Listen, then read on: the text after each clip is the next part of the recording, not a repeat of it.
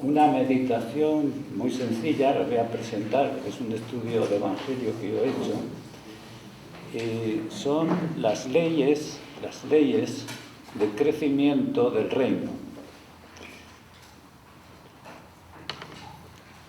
La misión de Jesús fue predicar la llegada del reino de Dios. Nos lo recuerda bien el texto de Marcos, que nos hace la síntesis de lo que fue la misión de Jesús. Y dice así: después que Juan fue entregado, marchó Jesús a Galilea y proclamaba la buena nueva de Dios. El tiempo se ha cumplido y el reino de Dios está cerca. Convertíos y creed en la buena nueva. El reino de Dios ha llegado con la persona de Jesús, con su palabra, con su acción y sobre todo con su Pascua. Es una presencia del reino de Dios. Un reino que nos llama a todos a la conversión y a la fe. Conversión y fe. Un reino que estamos llamados a recibir de forma activa en lo concreto de la vida personal, pero también de la vida social y de la vida y del cosmos. El reino de Dios tiene que decidir toda nuestra existencia. Una pregunta nos tendremos que hacer siempre: ¿reina Dios realmente en mi vida? ¿Cómo trabajamos para que reine en la sociedad? ¿Cómo hacer para que reine en el cosmos también? El reino de Dios es una realidad escatológica. Pero esto no quiere decir que sea una realidad fuera de la historia, sino todo lo contrario. 3 reflexiones me parecen importantes. Una de Juan Pablo II, en Novo Milenio Ineunte, en el número 5, nos recuerda a Juan Pablo II que el cristianismo es la religión que ha entrado en la historia. Fíjense ustedes que las religiones generalmente tienden a salir de la historia. El cristianismo es la religión que ha entrado en la historia desde el momento que, por el misterio de la encarnación, Dios ha entrado en la historia, se hace historia. Y es lo fundamental del cristianismo, el misterio de la encarnación.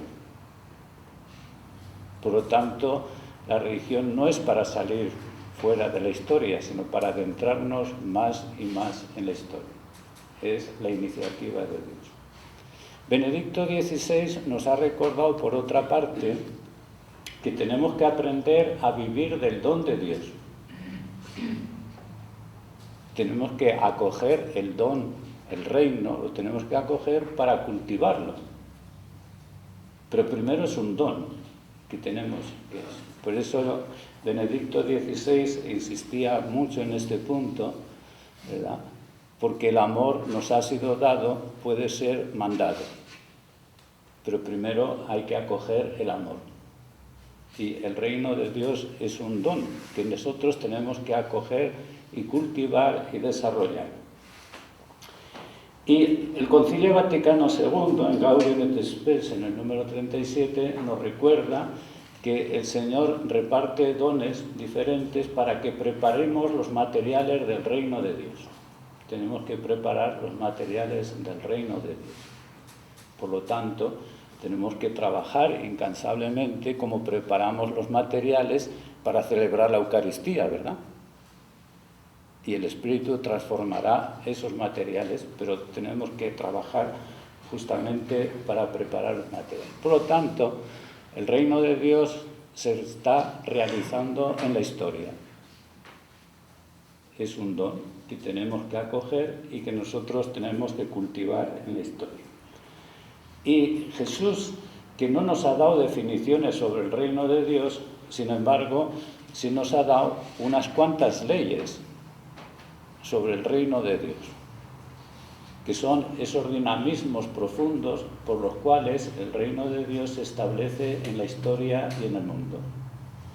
Y yo es lo que les quiero presentar en esta meditación, esos dinamismos, ¿verdad? Porque nos permiten, a mi entender, crecer en alegría, en libertad y en esperanza, que es de lo que se trata en nuestra meditación.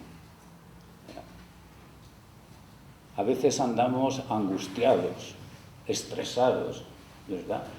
Porque no llegamos a hacer lo que nosotros queremos y nos fijamos unas metas que nos estresan muchísimo. Antes de entrar en la meditación, una pequeña observación, porque le estoy poniendo el marco donde voy a situar mi meditación, ¿verdad? Una pequeña. Y es que las parábolas de Jesús no son historietas para comprender mejor el mensaje. No. Las parábolas de Jesús nos implican a todos. Solo el oyente que se implica puede comprender la parábola. Y es curioso que las parábolas nos recuerdan algo fundamental. El Dios de la bendición es el Dios de la liberación. El Dios de la creación es el Dios de la salvación. Y lo mismo que el dinamismo de la naturaleza viene de Dios, también el dinamismo del reino de Dios nos está dado ahí precisamente y lo podemos comprender. Por lo tanto, la meditación será recorrer unas parábolas y ver un poco cómo esas leyes del reino se traducen en nuestra vida pastoral y en nuestra vida eclesial. Y yo he quedado sorprendido haciendo este estudio de lo lejos que estamos de las leyes del reino. Y cómo a veces hemos montado otras leyes para el funcionamiento de nuestra acción en la Iglesia y que necesitamos una conversión profunda, es lo que a mí me ha producido mi estudio de Evangelio. Entonces, el primer punto para la meditación es meditar sobre la parábola de la levadura. No leemos los textos evangélicos porque solo pueden hacer ustedes en el tiempo personal, ¿verdad? Y los conocemos un poco de memoria. La parábola de la levadura insiste, ante todo, en el poder y en la fuerza transformadora del reino de Dios en la historia de los hombres. Es el poder y la fuerza transformadora. Fíjense que eso dará una espiritualidad de la transformación.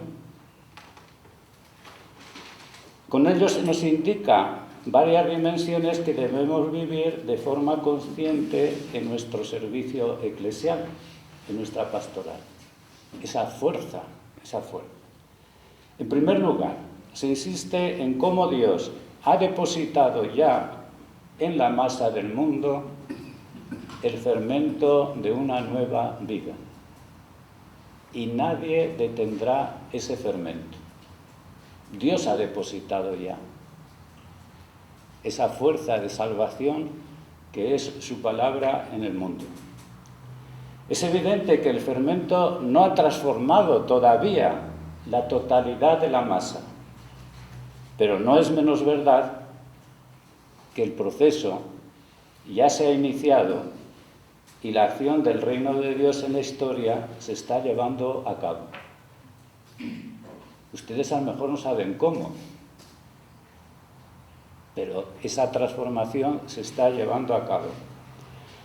La mujer que ha depositado el fermento en la masa tiene importancia, pero la fuerza del fermento no se halla en la mujer, símbolo de la Iglesia, ¿verdad?, sino en el fermento depositado por ella, es decir, en la palabra de Dios. Y esto es verdad también para la misión.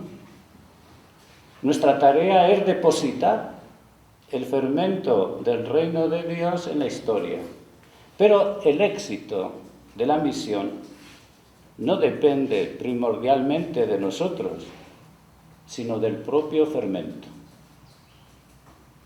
Del fermento. Una pregunta para nuestra oración. Las preguntas se las iré haciendo en el recorrido. Creemos en la fuerza del Evangelio. A veces tenemos la tentación de buscar al último autor que nos dice qué ha dicho, cómo interpretar. Creemos en la palabra, en la fuerza que tiene la palabra por sí misma. Otra dimensión importante de la parábola, porque no os voy a convencer de nada, sino sencillamente el introducirles en la meditación. Otra dimensión importante de la parábola es que el fermento es muy pequeño, con relación a la masa que debe transformar. Somos insignificantes nosotros para cambiar el mundo. Pero la mujer sabe, por experiencia, que en la pequeñez reside esa fuerza transformadora. Creemos justamente en esa fuerza transformadora. No son los grandes medios, los medios de la opinión pública, los que transformarán la masa, sino la sencillez y la pequeñez del Evangelio. Y esto es también una cuestión importante que nos invita a la conversión. Los medios pobres, tal como los vemos en Jesús, son los que pueden transformar el mundo. Tal es el camino elegido por Dios para hacer presente su reinado en el mundo. Dios no ha elegido a los fuertes, a los poderosos, para transformar el mundo, sino a los pequeños y a los sencillos, a los que no cuentan. Si leemos 1 Corintios, en el capítulo 1, versículos 25 al 31, se nos recuerda quién ha elegido Dios para transformar este mundo. No son los grandes eventos los que van a transformar el mundo. La levadura, ¿verdad?, va a transformar. El fermento, por otra parte, actúa en el tiempo. Necesita tiempo. No es algo mágico o espontáneo, mucho menos algo instantáneo. La paciencia de Dios, nos dirá la segunda carta de Pedro, es nuestra salvación. El fermento actúa, escúchenlo bien, sin hacer ruido. No hace ruido, pero va transformando todo desde dentro. Nosotros en la Iglesia, entiendo yo, puedo estar equivocado, tenemos la tentación del mimetismo, de buscar medios fuertes y poderosos para actuar en el mundo. Por eso quizá necesitamos volver continuamente al Evangelio para descubrir cómo el Espíritu trabaja en el corazón de los hombres sin hacer ruido. Es un proceso lento, pero imparable. Y Dios está transformando nuestro mundo ahora. Por eso es preciso creer en la fuerza del Espíritu que nos está conduciendo a todos hacia la Pascua del Señor. Una pregunta para nuestra reflexión. ¿Desarrollamos procesos en nuestra pastoral?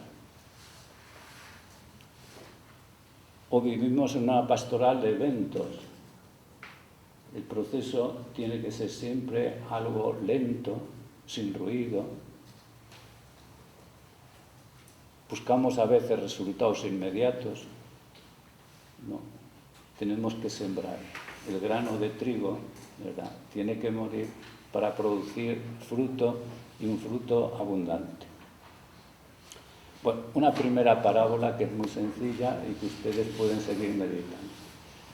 Un segundo punto, entonces, otra parábola, que no son muy largas, son 2 líneas, ¿verdad? El grano de mostaza. Todas las parábolas que les voy a comentar, menos una, están en el capítulo 13 de San Mateo, que es el que yo les ofrezco para que ustedes lo mediten. La parábola del grano de mostaza insiste en la misma perspectiva, la fuerza y la potencialidad de la semilla que depositamos en la tierra. Pero tiene 2 o 3 matices que conviene tenerlos en cuenta. La semilla necesita de la tierra para poder crecer. Necesita de un espacio donde el reino se enraíce y haga posible su manifestación. Por eso es preciso preparar la tierra donde depositar la semilla. La potencialidad interna de la semilla no niega la necesidad de bien preparar la tierra. Estamos en la sinergia de Dios y del hombre. Necesitamos justamente ser fieles y trabajar con el Señor. Y de la conjunción de la libertad de Dios y de la libertad del hombre brotará ese árbol donde podrán venir a habitar las naciones, los pueblos, las personas. No se trata, como a veces ha sucedido, de hacer ideología de lo insignificante, como no debe hacerse ideología de lo grande, ¿verdad? No. Lo que cuenta para el hombre y para nosotros es sembrar y cuidar el mundo en el que ha de desarrollarse la semilla. San Pablo nos recordará una cosa importante: somos colaboradores de Dios, pero ni el que siembra ni el que riega es el que da el crecimiento. Es Dios quien da el crecimiento. Y por eso, hermanos, creo que tenemos que ser muy pacientes en nuestro trabajo. Muy activos, pero muy pacientes, ¿verdad? A veces nos ponemos nerviosos. La paciencia auténtica es siempre activa, no es resignación. Pero la paciencia supone dar tiempo al tiempo. Hoy entiendo yo que estamos sembrando el árbol de mañana, pero nosotros no veremos el árbol. Otros disfrutarán del árbol.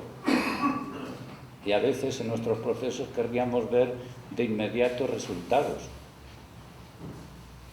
Fíjense ustedes que es muy distinto el fruto y el resultado.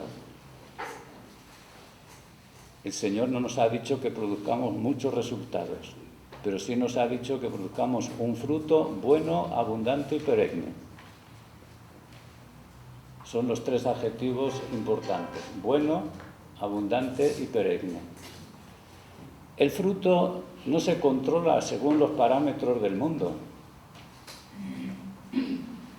El crecimiento en el amor no se verifica en contabilidad.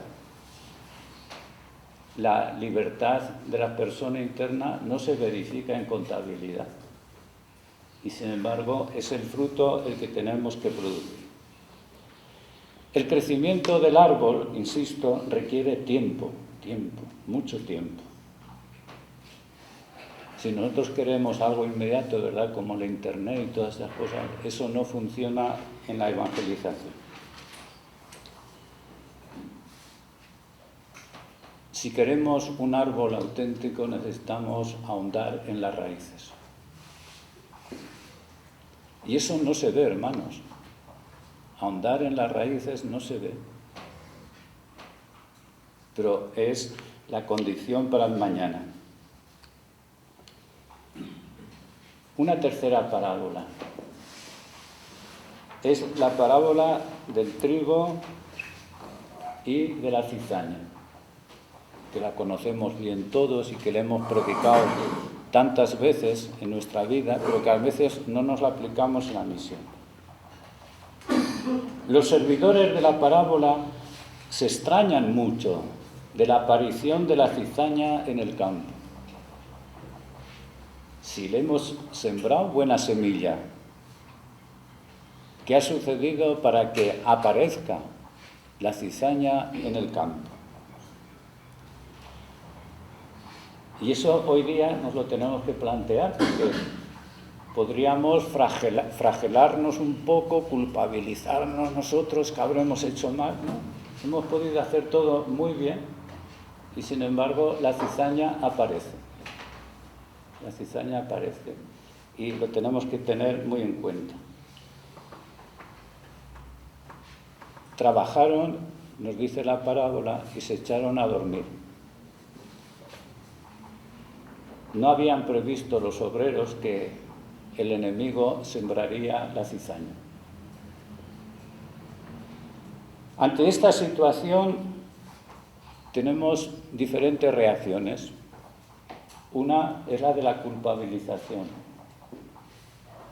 Yo creo que es muy dañina la culpabilización porque nos esteriliza, nos agota por dentro, etc. Y la otra es la de querer arrancar inmediatamente la cizaña. Vamos a arrancar la cizaña. El amo no acepta la propuesta. Nosotros no somos el amo de la Iglesia ni del reino, ¿verdad? Somos servidores y Dios no acepta la propuesta. Porque Él, y es lo importante, Él se reserva el juicio. Él hará la tría entre el trigo y la cizaña. No nos toca a nosotros. No nos toca a nosotros.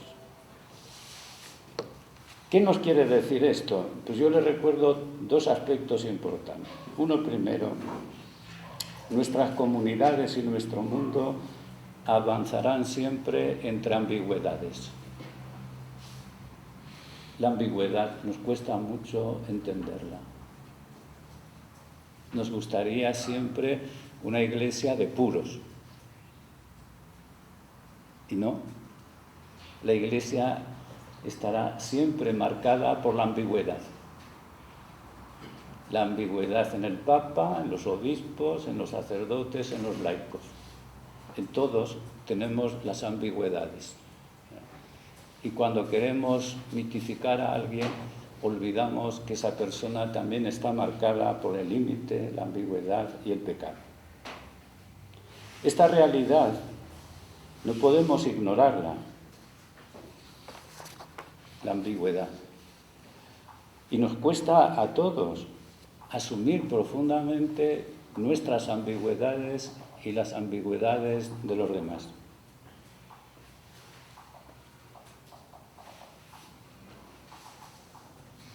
Asumimos la ambigüedad.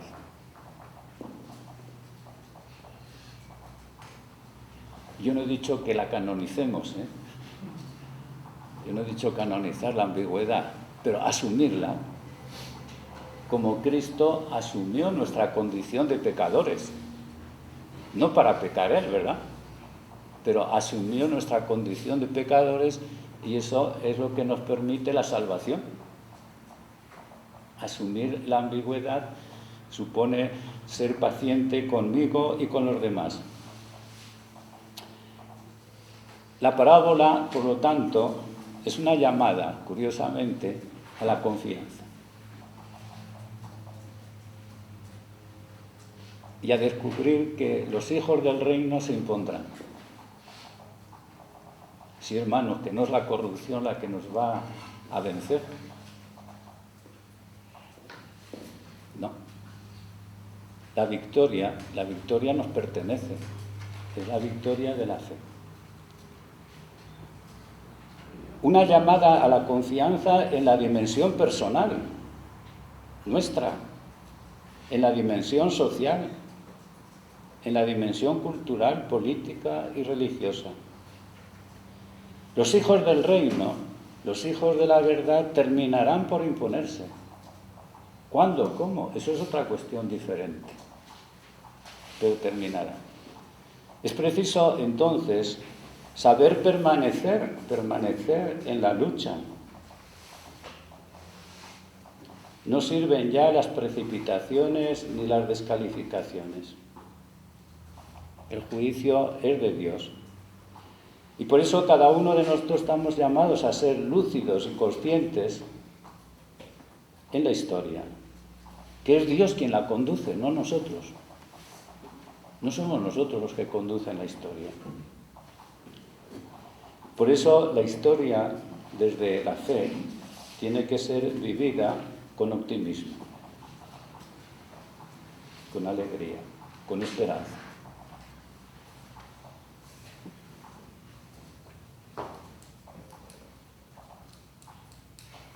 En esta perspectiva, la primera carta de Pedro nos invita a dar testimonio con valor y mansedumbre de la esperanza que anima nuestras vidas.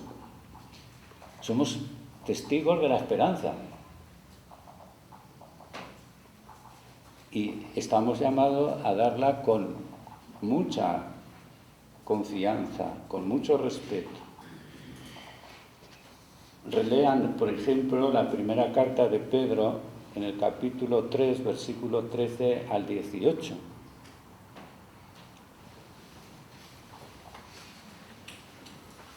Y una advertencia pastoral, si me permiten, del padre Segre. Perdemos el tiempo cuando estamos obsesionados por arrancar lo que hay de ambiguo en nuestras comunidades. Perdemos el tiempo. El buen pastor vela para que justamente crezca lo bueno en nosotros y servir lo que hay de bueno en nosotros. Los profetas invitaban a la conversión, cierto, pero siempre desde la apertura a la esperanza. El profeta no es un crítico, ¿verdad?, ni un justiciero, sino justamente es alguien que, permaneciendo fiel a su pueblo, permaneciendo solidario a su pueblo, abre a la esperanza. La parábola del trigo y de la cizaña es una llamada a la esperanza. Dios juzgará, no nos toca a nosotros juzgar. Pregunta para nuestra reflexión y nuestra meditación. ¿Creemos que triunfaremos en el mundo? Claro, porque si estamos, eso nos lo dice bien Francisco, si no creemos en la victoria, no empezaremos la lucha. Si creemos que vamos a vencer, podremos luchar, ¿verdad? Y las escaramuzas y todo lo que nos suceda, pues bueno, seguiremos adelante. Pero creemos en la victoria.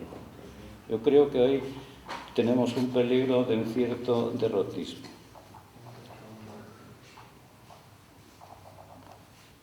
Cuarta parábola que les propongo para la meditación. El tesoro y la perla. Las parábolas del tesoro y de la perla nos muestran algo muy importante para nuestra vida y ministerio de pastores. Lo primero que nos muestran es que los caminos por los que uno llega a descubrir el tesoro pueden ser muy diferentes. Los caminos pastorales no son únicos, ¿verdad? Yo tengo este proyecto y lo llevo adelante. Hay muchos caminos, las personas pueden llegar. Las parábolas nos recuerdan que uno encuentra el tesoro por azar. No lo buscaba, lo encuentra por azar, ¿verdad? Sin embargo, el comerciante ese buscaba la perla y al final la encuentra, ¿verdad? Son caminos diferentes. Y yo creo que entonces no hay un método, hay muchos. Los planes pastorales pueden ser interesantes siempre y cuando sean flexibles y abiertos, porque los caminos de los que Dios se sirve para conducir a los hombres son variados. Seguro que si nos recordáramos el camino de los que estamos aquí, cómo hemos llegado, son diferentes unos a otros. Entonces no podemos fijar un camino a nadie. Tiene que abrir esto. Esto recuerda algo importante, y es nuestra flexibilidad para acompañar a las personas y para acompañar a los grupos y a las comunidades. Todas las comunidades no son iguales. Por lo tanto, lo primero de todo es ponerse a la escucha, para saber y discernir qué es lo que Dios quiere de las personas, de los grupos, de las comunidades. La escucha, no la imposición de un método. El pastor no es un funcionario. El funcionario puede ser muy bueno, muy elegante y muy servidor, ¿eh? Yo no estoy en contra del funcionario, pero el funcionario lo que aplica es unas leyes. Y entonces, en función de esas leyes, actúa. Y puede ser esto. Tampoco somos empresarios. No somos empresarios de la pastoral. Claro que tenemos que utilizar medios y métodos, pero no somos empresarios. Somos pastores y lo propio del pastor es acompañar a las personas, saber dónde están, hacia dónde las encamina el Señor y hacerse colaborador justamente de lo que el Señor está haciendo en el corazón de los hombres. Por eso el pastor tiene que ser un contemplativo de lo que Dios hace en las personas, de lo que Dios hace en la comunidad, en el pueblo, para llevar adelante. Insisto, ¿por qué? Porque cada uno puede encontrarse con el Señor de forma diferente. Fíjense ustedes que eso Benedicto XVI nos lo recordó bien, si me permiten el paréntesis, ¿verdad? No se empieza a ser cristiano por un gran valor, por una gran idea, sino por el encuentro con una persona, con un acontecimiento. Y ese encuentro con la persona de Cristo puede hacerse por caminos muy diferentes para unos y para otros. Bueno, teniendo en cuenta esto, la parábola y las parábolas están marcadas sobre todo por una palabra, la palabra alegría. Por la alegría que le dio, vende todo lo que tiene y compra el tesoro. Y por la alegría de encontrar la perla de gran valor, venderá todas las otras perlas. No que las otras perlas no tengan valor, pero justamente... Y aquí nace justa la radicalidad evangélica. La radicalidad evangélica no nace de una obligación, sino que nace de una seducción. Nace, en última instancia, de ese encuentro con el tesoro, con la perla, por lo cual vale la pena venderlo todo para poseer el tesoro. San Pablo nos lo ha recordado. Si ustedes leen ese texto tan importante para nuestra vocación de Filipenses 3, nos recordará que ante la sublimidad del conocimiento de nuestro Señor Jesucristo, todo lo considera basura, todo lo considera pérdida. No porque no esté él orgulloso de haber sido fariseo y todo, pero el conocimiento de Jesucristo le lleva a dejarlo todo. Hoy también nosotros, y creo que el Papa Francisco nos lo ha recordado, aunque esto se dice menos de él, es decir, estamos seducidos realmente por Jesucristo. Nos alegra de tal forma ese encuentro con Jesús que estamos dispuestos a dejarlo y a venderlo todo. Y fíjense ustedes que el encuentro con Jesucristo nos lleva a amar apasionadamente a nuestro pueblo. Porque entonces amamos lo que Cristo ama. Y ama a su pueblo y nosotros amamos en él a nuestro pueblo. Si ustedes leen la última parte de la exhortación Evangelii Gaudium, ¿verdad? Pues encontrarán eso. La pasión por Jesús es pasión por el pueblo. No son dos pasiones diferentes ni contrapuestas, sino justamente unificadas, unidas. La pasión por Jesús, la pasión por el pueblo. Hemos encontrado el tesoro. Por eso la pregunta que nos podemos hacer en nuestras renuncias que tenemos que hacer, en nuestra pobreza, ¿estamos alegres? ¿Lo vivimos con alegría?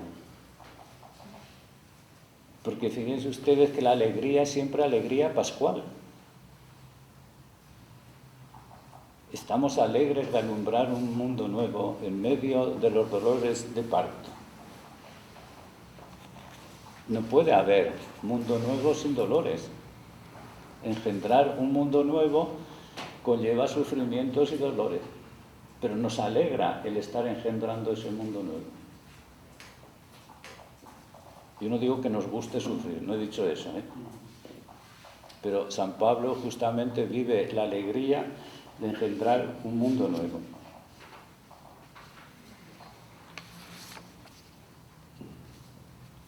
Paso a otra parábola, ¿no? Porque no me quiero detener, ¿verdad? Ustedes mediten y el Espíritu Santo les ayudará a comprender muchas más cosas. La parábola de la simiente que crece por ella misma. Esta la tienen en Marcos, en el capítulo 4, versículos 26 al 29.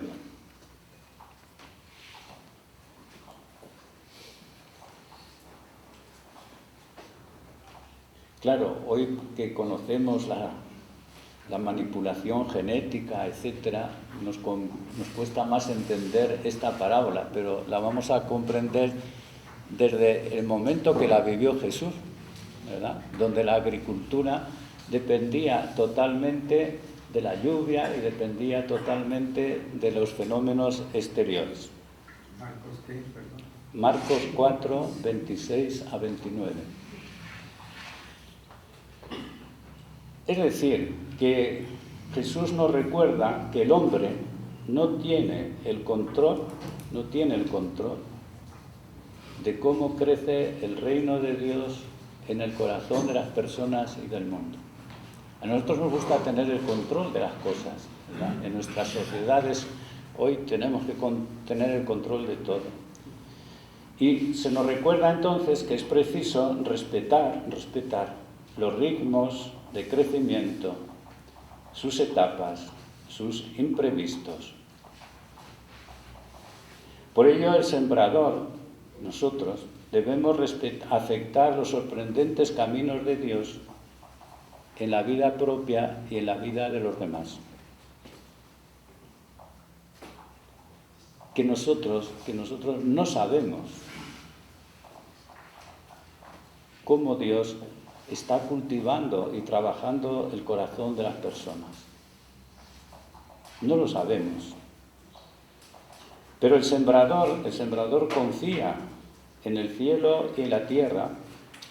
Es decir, fíjense que es muy difícil. Confía en la libertad de Dios y en la libertad de los hombres. Nos cuesta tanto confiar en la libertad de Dios y en la libertad de los hombres. Hoy los hombres queremos tenerlo atado y bien atado todo. Buscamos seguridades. Y queremos incluso dictarle a Dios el ritmo a seguir. Queremos que Dios siga nuestro ritmo.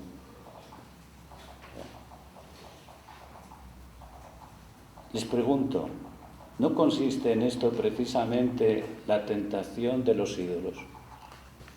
Querríamos un Dios que pudiéramos manipular. a un Dios que le quisiéramos establecer los tiempos y los momentos.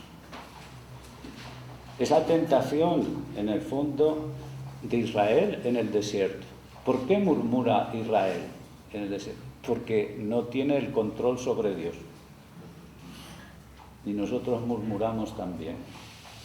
Fíjense ustedes, si releen el capítulo 32 del Éxodo, los versículos 7 y 8 son muy significativos, porque justamente el pueblo se da un Dios del que él puede disponer, que en eso consiste la idolatría, un Dios del que nosotros podamos disponer. Y dice así: anda, baja de la montaña, dice Dios a Moisés, que se ha pervertido tu pueblo, el que tú sacaste de Egipto. Pronto se han desviado del camino que yo les había señalado. Se han hecho un becerro de metal, se postran ante él, le ofrecen sacrificios y proclaman: este es tu Dios Israel, el que te sacó de Egipto. ¿Verdad? Atribuyen a su ídolo lo que le pertenece a Dios. Dios guarda silencio, y a nosotros nos cuesta entender el silencio de Dios. Nos cuesta muchísimo, porque querríamos un Dios que interviniera, un Dios en definitiva mágico. La cita para Éxodo 32, versículos 7 al 8.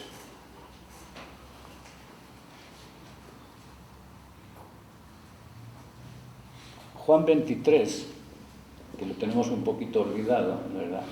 Juan 23, para mi entender, San Juan 23. Bueno, para mí seguirá siendo el Papa Juan 23, como el Papa Juan Pablo II, como etcétera, etcétera. Seguirán siendo, porque santos, yo ya sabía que eran santos. Eso es una celebración, está muy bien. Bueno, pero a lo que voy. Juan 23, para mi entender, era el historiador creyente. No era un simple historiador, sino un historiador creyente. Y eso se muestra bien en la bula de convocación del Concilio Vaticano II, donde dice: sabemos cuáles son los grandes males de la sociedad, y los enumera. No era un ingenuo, pero dice: ahí donde todos quieren ver mal, nosotros vemos que Dios conduce la historia y que Dios está llevando esta historia a su plenitud. Podrá haber baches, pero está conduciendo a su plenitud. Y por eso, ¿cuál es nuestra misión? Dirá Juan 23. Inyectar en las venas de la humanidad nueva sangre. Nueva sangre. Inyectar esa sangre nueva en las venas de la humanidad para que vaya adelante. Y por lo tanto todos conocemos cómo él fustigó a los profetas de calamidades, ¿verdad?, para llevarnos a los profetas de esperanza. No de ingenuidades, sino de esperanza. En el fondo, volvemos siempre a lo mismo. Donde abunda el pecado, sobreabunda la gracia. Pero nosotros nos quedamos con que abunda el pecado y sobreabunda la gracia. Por eso una pregunta para los equipos de ustedes, para los míos de Madrid. ¿Cómo vivimos la revisión de vida? ¿Cómo vivimos la lectura creyente de la realidad? ¿Cómo sabemos ver en el rostro de los pobres el rostro de Cristo? Y se lo diré con palabras de Juan Pablo II, San Juan Pablo II, si quieren, ¿verdad? En el número 50 de Nuevo Milenio Ineunte, ustedes tienen que, los cristianos tenemos que aprender, dice, aprender a escuchar la voz de Cristo en las situaciones de pobreza. Y eso es la revisión de vida. Escuchar la voz de Cristo en las situaciones de pobreza. ¿Qué nos pide el Señor? Y por eso al escuchar esa voz nos iremos convirtiendo. Nuestros encuentros de pastores son encuentros de discernimiento. Sabemos discernir justamente esa presencia salvadora de Dios. Porque claro, si no estaríamos en la religión pura y dura de un Dios fuera de la historia. Yo he empezado recordándoles lo de Nuevo Milenio en el número 5, ¿verdad? El cristianismo es la religión que ha entrado en la historia. Es el misterio de la encarnación. Nuestro Dios no está fuera, está en la historia compartiendo con nosotros el camino.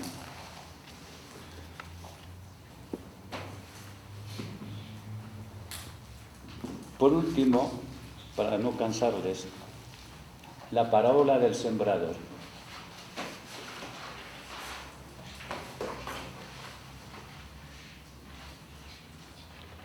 Quien estamos llamados a sembrar la palabra de Dios en el corazón de las personas y de las culturas, debemos vivir este servicio con una fe profunda y, sobre todo, con la gratuidad misma de Dios. La gratuidad misma de Dios. Dios arroja sus simientes sin calcular.